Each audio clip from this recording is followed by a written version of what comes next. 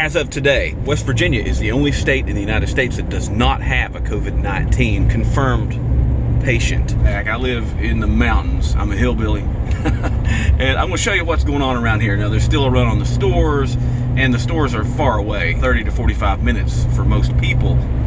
The county I live in only has one actual grocery store in the county. So I have to travel to the next county over, and that's what I'm doing right now to see what's left. It's Sunday, 15th. Yeah. So we don't have a confirmed case yet. Now, I'm not saying that there are no cases in West Virginia, because our medical system, with the distance that we all live far apart, a lot of people get sick and they just don't go to the doctor. They just get better on their own and just call it that from the flu or anything else. Because again, the nearest hospitals for most people are 30 to 45 minutes away. So we've seen people stocking up on toilet paper. Of course, this is because they believe they're going to get quarantined in their home for a while. The thing they haven't been stocking up on is pet food. I've noticed that the pet food aisles are still really stocked, and I guess is their plan just to let their pets starve to death or share their food? This stuff doesn't expire. There's no real reason not to stock up on it.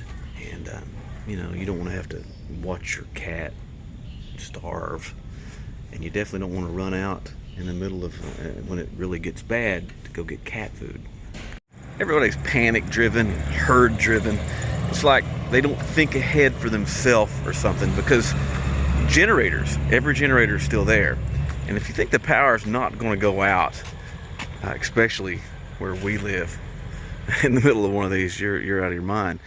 Once people don't want to leave their homes, and it's going to be tough to keep a labor force going with people sick if it does get that bad, you're going to want a generator. And all this freezer food that you bought, these frozen food, the things that you bought to survive, is going to be ruined. Don't get me wrong, I'm not saying to panic. Don't panic. I mean, this is not going to be I don't think this is an apocalyptic event or anything, but toilet paper is really low on the list of things you're going to need. I mean, you don't want to starve to death. You don't want your pets to starve to death. You don't want to go out during the height of an epidemic or a pandemic to get supplies like that. You don't want that. Get things that you're going to use anyway, things that will eventually be eaten, things that don't spoil, that kind of thing. But if you're going to panic, or you're going to really prepare for the worst, do it smart. Toilet paper, I mean, it's nice. It's good, but it's not survival. You know, there's lots of other ways to deal with the mess than that. It's not a survival item. Our Walmarts have been closing at nighttime, and I know for a lot of the people from the city that's not significant, but for us it is, because we don't have a lot of other options to get anything. So in most cities, there are a lot of 24-hour options open, different types of little marts and this kind of thing. We don't have a lot of those. We have a shopping complex within 30 to 45 minutes of us, and that's it. And if Walmart's closed, nighttime, you're just out of luck.